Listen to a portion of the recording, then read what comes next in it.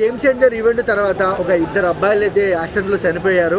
But వాళ్ళకి ఆర్థిక సాయం చేసినప్పుడు కొంతమంది వైసీపీ నాయకులు కళ్యాణ్ గారిని, రామ్ చరణ్ గారిని నెగిటివ్ చేస్తున్నారు. ఎలా చూడొచ్చు మేడం దీన్ని మనం?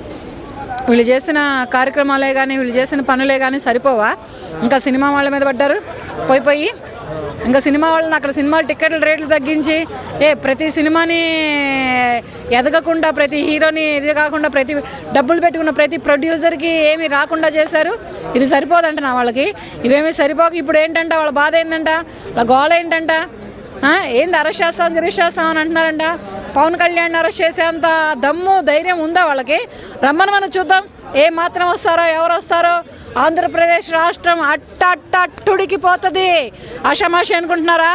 ఒక డిప్యూటీ సీఎంని అరెస్ట్ చేయాలంటే, ఒక కాలం నాటి హీరోని అరెస్ట్ చేయాలంటే ఆషామాషి అనుకుంటున్నారా? అది చిన్న మాట అనుకుంటున్నారా? పిచ్చి పిచ్చి కథలు, పిచ్చి పిచ్చి మాటలు మాట్లాడొద్దని ఎవరు మాట్లాడుతున్నారో వాళ్ళకి నేను చెప్తున్నా. ఎవరు వస్తారో రమ్మనో చూస్తా. ఎవ్వరు పవన్ కళ్యాణ్ గారినే కానీ, రామ్ చరణ్ గారినే కానీ అరెస్ట్ చేసేంతటి దమ్ములు ఎవరుకున్నాయో, ఒక పదవిలో ఉన్న డిప్యూటీ సీఎం గారు అయినటువంటి పవన్ కళ్యాణ్ గారిని అరెస్ట్ చేస్తారా? ఇంత ముందర కాకులు లెక్క అసెంబ్లీలో వచ్చిన అరుపులు అనుకుంటున్నారా, లేకపోతే కూసిన కోతలు అనుకుంటున్నారా? పోయి పవన్ కళ్యాణ్ గారు అరెస్ట్ చేసేంత దమ్ము ధైర్యం ఉండడానికి చూద్దాం. రమ్మను మనం ఏం చేశారని చెప్పేసి వస్తారు. వీళ్ళ చేతులతో వీళ్ళు ఏమైనా చంపారా, లేకపోతే వీళ్ళ చేతులతో వీళ్ళు ఏమైనా చేశారా, నెట్టారా? వాళ్ళు ఈవెంట్కి వచ్చారు.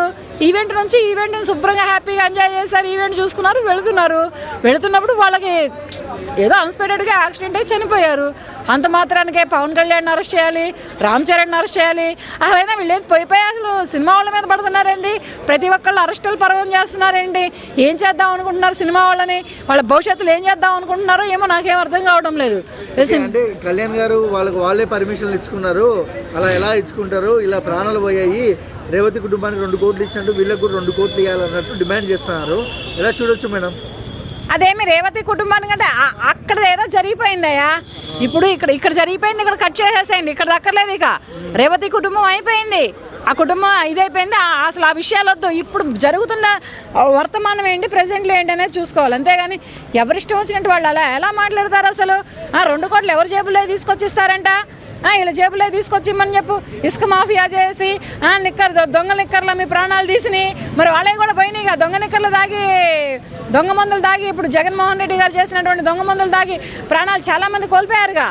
వైసీపీ నేతలలో చేసినటువంటి, గత ప్రభుత్వంలో చేసినటువంటి తప్పులు మరి వాళ్ళకు కూడా ఇవ్వాలి కదా. చచ్చిపోయిన ప్రతి ఒక్క కుటుంబానికి 1 కోటి రూపాయలు ఇవ్వాలి కదా. మరి అట్లా ఇవ్వకుండా ఇదేంటి ఇలా మాట్లాడతాం ఏంటి వాళ్ళు కూడా? అదొక ఆ ప్రభుత్వంలో అయితే ఒక రూలు, ఈ ప్రభుత్వంలో అయితే ఒక రూలునా? ఇట్లా దుమ్మెత్తిపోసి బురదెత్తిపోసే పని తప్పితే ఇంకేం పనులు లేవా వీళ్ళకి?